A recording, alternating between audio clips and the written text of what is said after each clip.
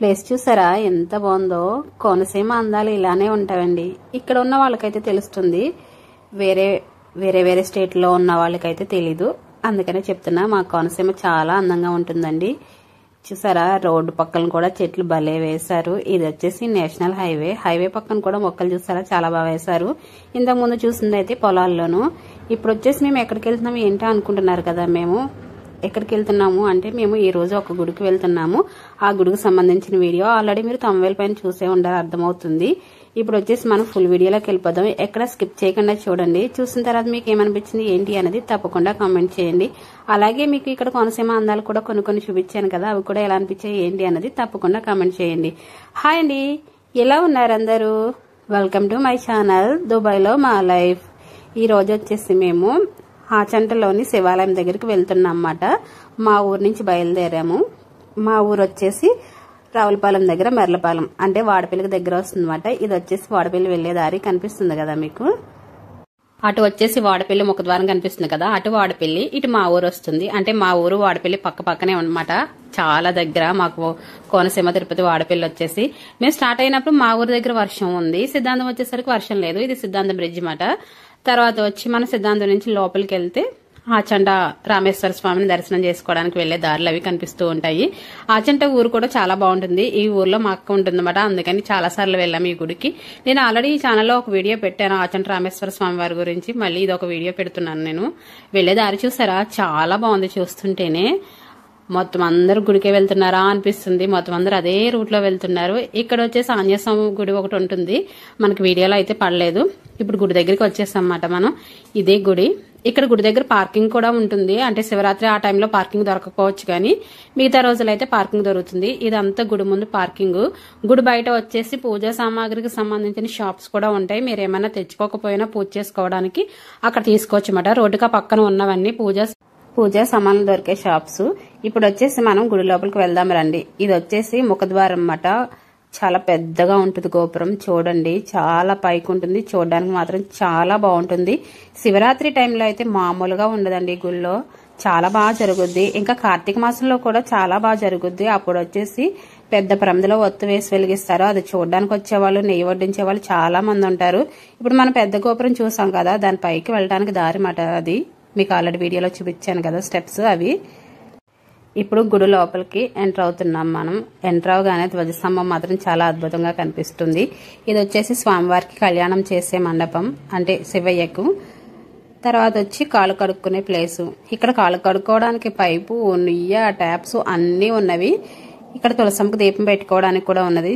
చూస్తుంటే అర్థమవుతుంది. గుడి ప్రాంగణం మాత్రం చాలా అద్భుతంగా ఉంది. చాలా ప్రశాంతంగా కూడా ఉంది. గుడి చుట్టూరు అయితే చాలా దేవుళ్ళ విగ్రహాలు ఉంటాయి.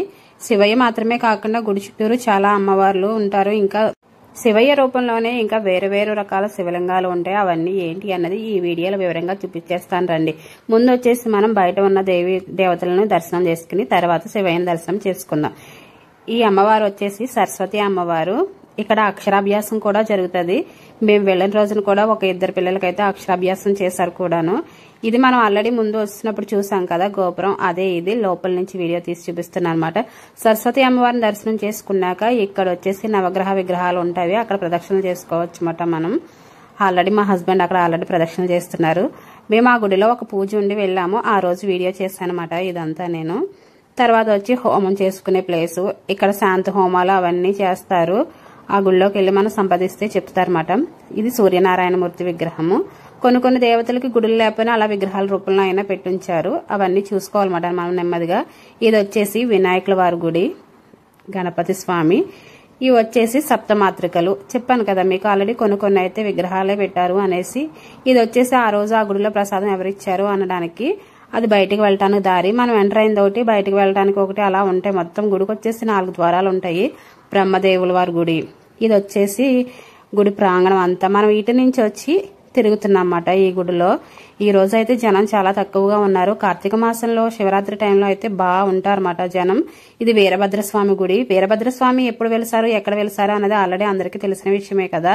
ఇవి వచ్చేసి మనకి పంచభూత లింగాలు ఎక్కడ ఉన్నాయి, ఏ రాష్ట్రంలో ఉన్నాయి, ఏ జిల్లాలో ఉన్నాయి అంటూ మొత్తం పెట్టారన్నమాట. అంటే ఈ గుళ్ళో ప్రతి చోట అలా కొన్ని ప్లేసెస్ లో ఏమేమి ఎక్కడ ఉన్నాయి అన్నది తప్పకుండా అందరికి అర్థమయ్యేలా వివరించి పెట్టారు. ఇది వచ్చేసి స్థల పురాణం. స్థల పురాణం ఏంటి అంటే ఇక్కడ శివయ్య ఎలా వెలిసారు, శివని ఎవరు ప్రతిష్ఠించారు అన్నది ఇక్కడ కథ. ఇక్కడ 2-3 కథలు ఉంటాయి.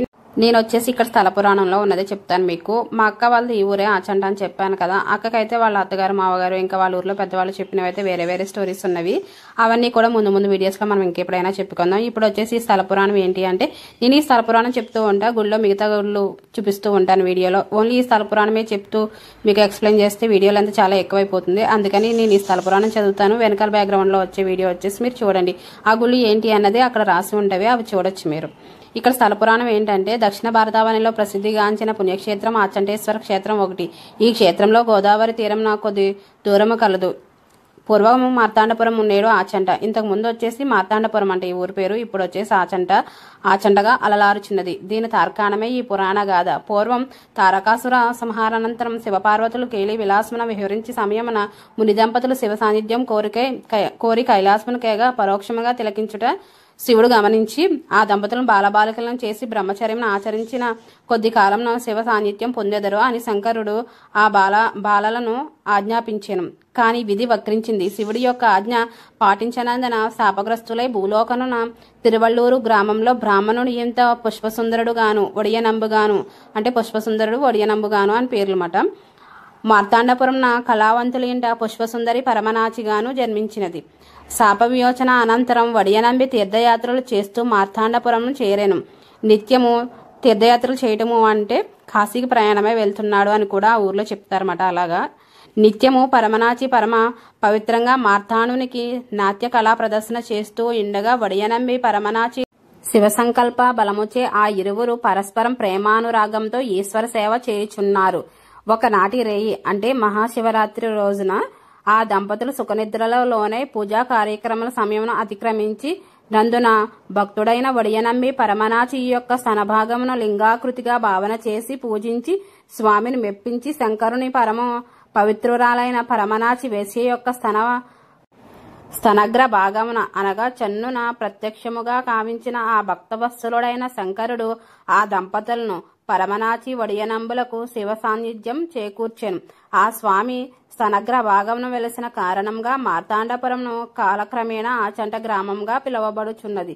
శ్రీరాములు వారు అర్చన చేస్తే రామేశ్వర స్వామిగా పిలువబడుచు విరాజిల్లుచున్నది. అంటే రామాయణం జరిగిన కాలంలో రాముల వారు కూడా ఈ గుడికి వచ్చారు అన్నది కూడా ఒక కథగా ఉంటుంది. ఇక్కడ ఈ స్వామివారిని లింగోద్భవ కాలమందున ఎవరు దర్శించదరో వారి మనోభిష్టాలు నెరవేరునని సర్వదా సకాల సౌభాగ్యాలు చేకూరునని శ్రీ స్వామివారి పురాణ గాథగా చాటుతున్నది. ఇదేనండి స్థల పురాణం. ఎక్కడైనా తప్పులు వచ్చినప్పుడైతే క్షమించండి, నాకు కొంచెం కష్టమైనవి కొన్ని పదాలు, అందుకని. ఇవి వచ్చేసి అష్టాదశ శక్తిపీఠాలు, సుబ్రహ్మణ్యేశ్వర స్వామి. అల్లడి వీడియోలో ఇంతకు ముందు లక్ష్మణేశ్వర స్వామి, దుర్గా అమ్మవారి గుడి, ఆంజనేయ స్వామి గుడి అవన్నీ చూసుంటారు కదా మీరు. ఇది వచ్చేసి సుందరాకాండ. ఇవన్నీ గోడపైన రాసుంటాయి. ఇంకా మనకు ద్వాదశలింగాలు, జ్యోతిర్లింగాలు అవన్నీ ఉంటాయన్నమాట. ఈ గుడిలో మనం మనశ్శాంతిగా చాలా సేపు తిరగొచ్చమాట. చూడడానికి మాత్రం చాలా అద్భుతంగా ఉంటది. ఇది వచ్చేసి సత్యనారాయణ స్వామి గుడి. ఇక్కడ వ్రతాలు కూడా చేస్తారు. మనం అక్కడికి వెళ్ళిన తర్వాత ఏదైనా మాట్లాడుకుని చేయించుకోవచ్చు అన్నమాట. లేదు అంటే ముందుగా ఆ గుడి నెంబర్ అవి తెలుసుకుని కూడా మనం చేయొచ్చు. ఈ గుడికి వచ్చేసి ఎలా వెళ్ళాలి అంటే మార్టేరు వెళ్లి మార్టేరు నుంచి కూడా ఆచంటేశ్వర స్వామి గుడికి వెళ్ళొచ్చు, సిద్ధాంతం నుండి కూడా వెళ్ళొచ్చు అన్నమాట. 2 దారుల నుంచి కూడా ఈ గుడికి వెళ్ళొచ్చు. గుడి చూడడానికి మాత్రం చాలా అద్భుతంగా ఉంటది. ఇప్పుడు వచ్చేసి మనం గుడి అంతా తిరిగి వచ్చేసాం. గుడి చుట్టూరు ఉన్న దేవి దేవతల విగ్రహాలు, స్వామి విగ్రహాలు అన్ని చూసేసాము.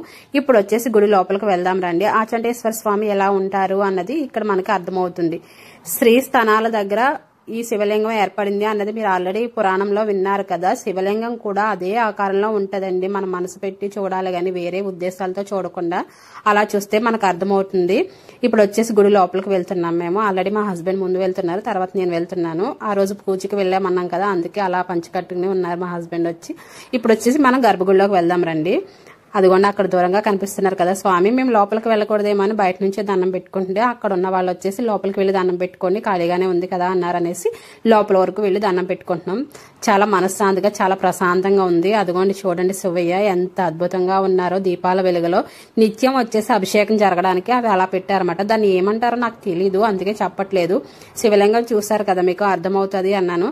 ఇవి వచ్చేసి ద్వాదశ లింగాల గురించి ఇలా పెట్టారన్నమాట. అవి ఎక్కడెక్కడ ఉన్నాయి ఏంటి అన్నది.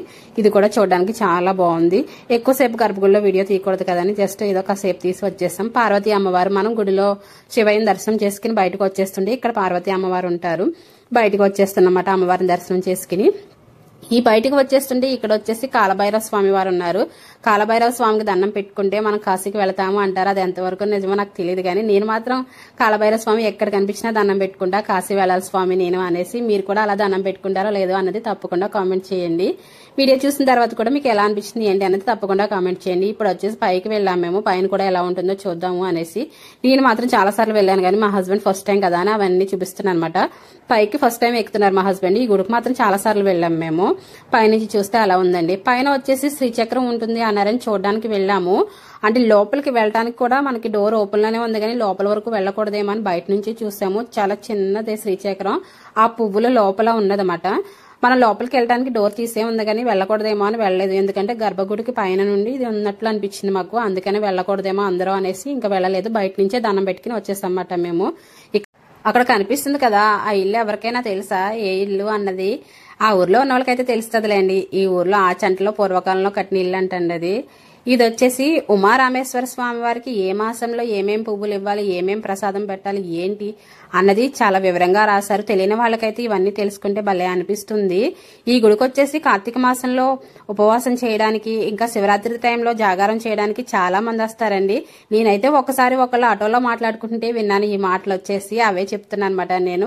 వాళ్ళు ఎక్కడి నుంచో వస్తున్నారంట. ఆ చంట్లో శివరాత్రికి ఉపవాసం ఉందాము ఇంకా జాగారం చేద్దాము అనేసి.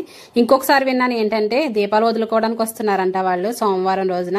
వెనకాల స్వామివారి చెరువు ఉంటది. అక్కడ దీపాలు కూడా వదులుకోవచ్చు మన తెల్లవారుజామున. అవన్నీ చూసేసి మేము తిరిగి ఇంటికి వచ్చేస్తున్నాం అన్నమాట. ఆచంటేశ్వర స్వామి గుడి దర్శనం చేసుకున్నాక చాలా ప్రశాంతత కూడా అనిపిస్తుంది. గుడి ఎప్పుడో దేవీ దేవతలు కట్టిన గుడి అంటారు కాబట్టి చాలా ప్రశాంతత మాత్రం అనిపిస్తుంది చూడగానే. ఈ వీడియో ఫుల్ వీడియో చూస్తారా అనుకుంటున్నాను నేను. చూసిన తర్వాత మీకు ఏమనిపించింది ఏంటి అనేది తప్పకుండా కామెంట్ చేయండి. వీడియో నచ్చినట్లయితే నా ఛానల్ లైక్ చేయండి, షేర్ చేయండి, సబ్స్క్రైబ్ చేయండి.